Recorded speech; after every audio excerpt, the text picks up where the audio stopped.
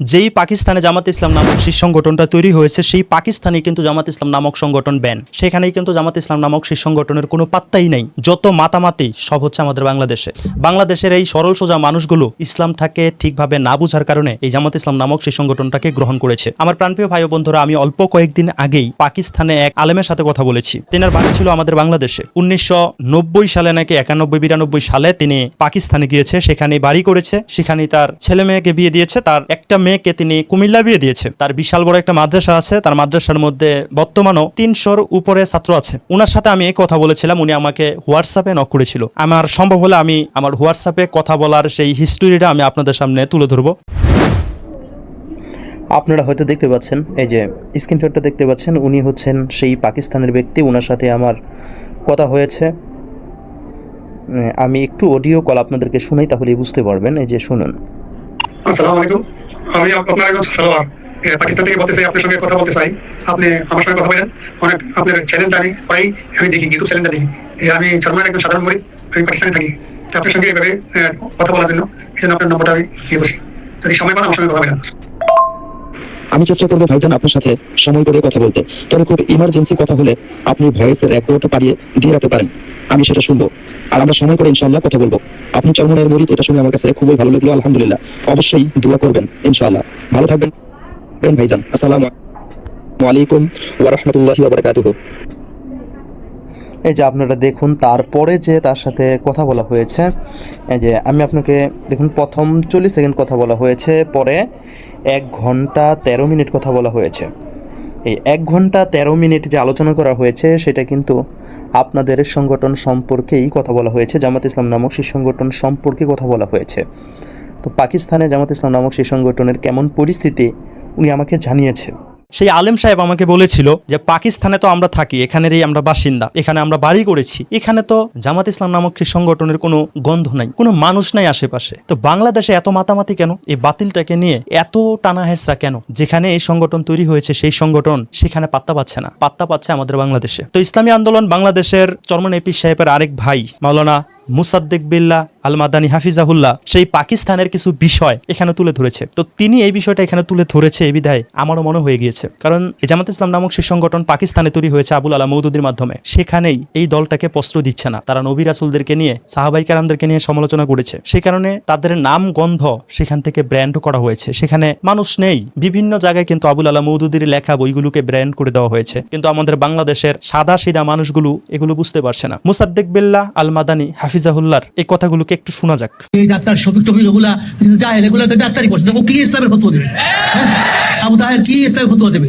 এগুলো হইছে আসলে। আমার প্রাণপ্রিয় ভাই বন্ধুরা, জামাত ইসলাম নামক সেই সংগঠনের অনেক কর্মী ভাইরা আছে, তারা এখনো জানে না আব্দুল্লাহ মোহাম্মদ তাহের সাহেব কোনো আলেম কিন্তু না। সে কিন্তু মাদ্রাসা লাইনে পড়ালেখা করেনি। ডক্টর শফিকুর রহমান সাহেব জামায়াতের আমির, তিনিও কিন্তু কোনো আলেম না, সেও কিন্তু মাদ্রাসা কোনো লাইনে পড়েনি। যদিও আব্দুল্লাহ মোহাম্মদ তাহের সাহেবকে ভুলভাল আরবি মাঝে মাঝে পড়তে দেখা যায়, সেগুলোকে নিয়ে অনেক সমালোচনা হয়, কিন্তু তাদের সংগঠনের প্রধান আমির ডক্টর শফিকুর রহমান সাহেবের মুখ থেকে কিন্তু এখন পর্যন্ত আমি আরবি শুনিনি। কারণ আরবি আমার কাছে মনে হয় তিনি পড়তে জানেন না, যে কারণে আরবি তিনি বলেনও না, পড়েনও না, আরবির কোনো ব্যাখ্যাও দেন না। মাঝে মাঝে উল্টাপাল্টা ব্যাখ্যা দেয়, যেমন ওই যে কয়েকদিন আগে এক বিদেশি মেহমানকে পিছন দিক থেকে গিয়ে জড়িয়ে ধরেছিল, যখন এটা নিয়ে অনেক সোশ্যাল মিডিয়া আলোচনা সমালোচনা হচ্ছিল, তখন বলছে এটা আমার প্রিয় নবীর সুন্নত। ছোট বাচ্চাদেরকে যখন আদর করার নামে শুধু ঠোঁটের মধ্যে কিস করছিল, আবারও সমালোচনা উঠছিল, তখন তার মুখ থেকে এমন এমন কথাগুলো বের হয়ে এসেছিল যে এটা প্রিয় নবীর সুন্নত। তোমরা যতই যা বলো না কেন, আমি আমার সুন্নতের আমলগুলো করতেই থাকবো। কিন্তু আল্লাহ পাক রব্বুল আলামিনের ফরজ বিধানগুলোকে তিনি মানছে না, যেমন পর্দা করা ফরজ বিধান, এগুলো মানছে না। যাই হোক, সেগুলোর বিষয় হচ্ছে ভিন্ন বিষয়। আসুন আরেকটু সামনে যাওয়া যাক। ইসলামকে ব্যবহার করে এই দেশে ক্ষমতা আসার জন্য তারা এই কাজগুলো করতেছে। পাকিস্তানে কিন্তু একটা, আমি পাকিস্তান সফর করে এই পরশুদিন, আর সেখানে রাষ্ট্রীয়ভাবেই আমি গেছি, সেখানে কিন্তু কোনো জামাতের কোনো পাত্তা নাই। যেই দেশে জামাতের জন্ম, সেখানে জামাতের কোনো খবরই নেই। আমার প্রাণপ্রিয় ভাই ও বন্ধুরা, আপনারা হয়তো মাওলানা মুসাদ্দিক বিল্লাহ আল মাদানী হাফিজাহুল্লাহর মুখ থেকে কথাগুলোকে শুনেছেন। যেই পাকিস্তানে জামাত ইসলাম নামক সেই সংগঠনটা তৈরি হয়েছে, সেই পাকিস্তানে জামাত ইসলাম নামক সেই সংগঠনের কোনো গন্ধ নাই, পাত্তা নাই। আমি অল্প কয়েকদিন আগেই কিন্তু পাকিস্তানে কথা বলেছি, প্রায় ঘন্টা খানিকের উপরে আমি তার সাথে কথা বলেছি। তিনি আমার কাছে স্পষ্ট করেছেন পাকিস্তানে জামাত ইসলাম নামক সেই সংগঠনের কোনো পাত্তা নাই, এখানে ভ্যালু পায় না। অথচ আমাদের বাংলাদেশে এটাকে নিয়ে কত মাতামাতি।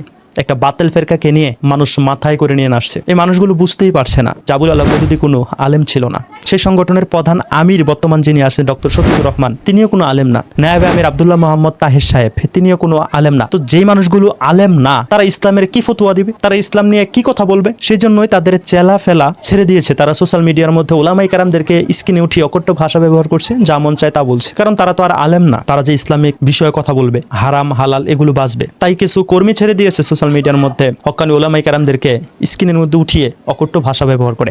আমি ইতিপূর্বেই অনেক ভিডিওতে তা প্রমাণ করেছি, এই ভিডিওতে তা আমি দেখাবো না। আসুন মুসাদ্দেক বিল্লাহ আল মাদানী হাফিজাহুল্লাহর আরেকটু কথা শোনা যাক। কোনো সিট তারা পায় না। এখানে আমরা আসলে আলেমরা, আমরা কওমি আলেমরা বিশেষ করে ঢিল দিছি। ঢিল দেওয়া যাবে না। আসেন, নেতৃত্বে আসেন, আপনারা নেতৃত্ব দেন এবং এই সমস্ত বিদআত খোরাফাত যা আছে এগুলোর থেকে দূরে থেকে আমরা হককে, রসুলের আদর্শকে, খোলাফায়ে রাশিদিনের আদর্শকে, আমরা মক্কি জীবনের দাওয়াতি 13 বছরের জীবন এবং মাদানী জীবনের 10 বছরের জিহাদি জীবন, দান শহীদের জীবন, যে মাথায় রক্ত ফেলেছে, রসুলকে হত্যা করতে চেয়েছে, এই ব্যাপারে রাষ্ট্রীয়ভাবে এই কওমি আলেমদেরকে আমাদের নেতৃত্ব দেবে যেতে হবে। রাজি আছেন কিনা বলেন? মুসাদ্দেক বিল্লাহ আল মাদানী হাফিজাহুল্লাহ এখানে যে কথাগুলোকে বলেছে খুবই গুরুত্বপূর্ণ কথা। হক কওমি অঙ্গনের ওলামায়ে কেরাম ঢিলামি দেওয়ার কারণে কিন্তু আজকে তারা মাথা চাড়া দিয়ে উঠেছে। যেখানে তাদের জন্ম হয়েছে সেখানে তারা গাজাতেই পারেনি, সেখানে তাদের কোনো সফলতা নেই, সেখানে তারা ব্যর্থ থেকেও বড় ব্যর্থ। আর আমাদের বাংলাদেশের কওমি অঙ্গনের মধ্যে এই ঢিলামির কারণে আজকে এই বাতিলরা মাথা চাড়া দিয়ে উঠেছে। এই বাতিলদের বিষয়ে ওলামায়ে কেরামদেরকে সোচ্চার হতে হবে, ওলামায়ে কেরামদেরকে জাতির সামনে স্পষ্ট করতে হবে। আপনারা হয়তো মুসাদ্দেক বিল্লাহ আল মাদানী হাফিজাহুল্লাহর সেই কথাগুলোকে শুনতে পেয়েছেন, এটাই সত্য কথা। কওমি অঙ্গনের ওলামায়ে কেরাম ঢিলামি দেওয়ার কারণেই কিন্তু আজকে তারা মাথা চাড়া দিয়ে উঠেছে। এই সাধারণ সাদাসিধা মানুষগুলোকে ভুল পথে তারা পরিচালিত করছে, তাদের সংগঠনের মধ্যে নিয়ে গিয়েছে। কওমি অঙ্গনের ওলামায়ে কেরাম যদি দাওয়াতটাকে অটল রাখতো, কথাবার্তা অটল রাখতো, এই বাতিল এই সংগঠনটা যেভাবে মানুষের কাছে কাছে ভুল দাওয়াতগুলোকে দিয়ে তাদের সংখ্যা বেশি বানিয়েছে, কওমি অঙ্গনের ওলামায়ে কেরাম যদি চাইতো এই হকের দাওয়াত দিয়ে কিন্তু তাদেরকে এই হকের উপরে রাখতে পারতো। এখানে কওমি অঙ্গনের ওলামায়ে কেরামের একটা ব্যর্থতা আছে, তারা ঢিলামি দিয়ে দিয়েছিল।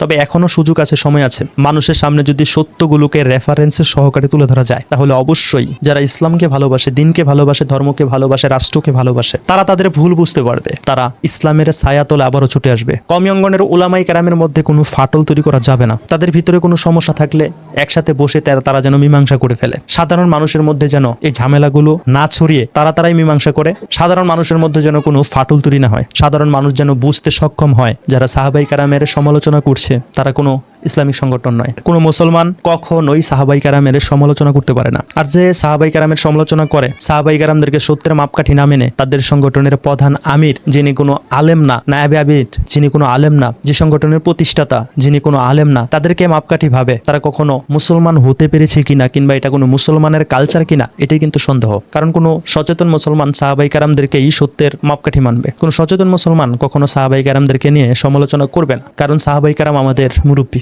তাদের কাছ থেকে আমরা ইসলাম পেয়েছি। আমিও মাওলানা মুসাদ্দেক বিল্লাহ আল মাদানী হাফিজাহুল্লাহর এই কথার সাথে একমত। কওমি অঙ্গনের ওলামায়ে কেরামদেরকে সোচ্চার হতে হবে, সাধারণ মানুষদেরকে বুঝাতে হবে, সত্য কথাগুলোকে কুরআন হাদিসের রেফারেন্স অনুযায়ী তুলে ধরতে হবে। আর আমার প্রাণপ্রিয় ভাই ও বন্ধুরা, যে সংগঠনের পাকিস্তানে জন্ম হয়েছে, পাকিস্তানি তাদের কোনো পাত্তা নাই, তাদের কোনো ভ্যালু নাই। প্রাণপ্রিয় ভাই ও বন্ধুরা, সবাই ভালো থাকবেন, সুস্থ থাকবেন। আসসালামু আলাইকুম ওয়া রাহমাতুল্লাহি ওয়া বারাকাতুহু।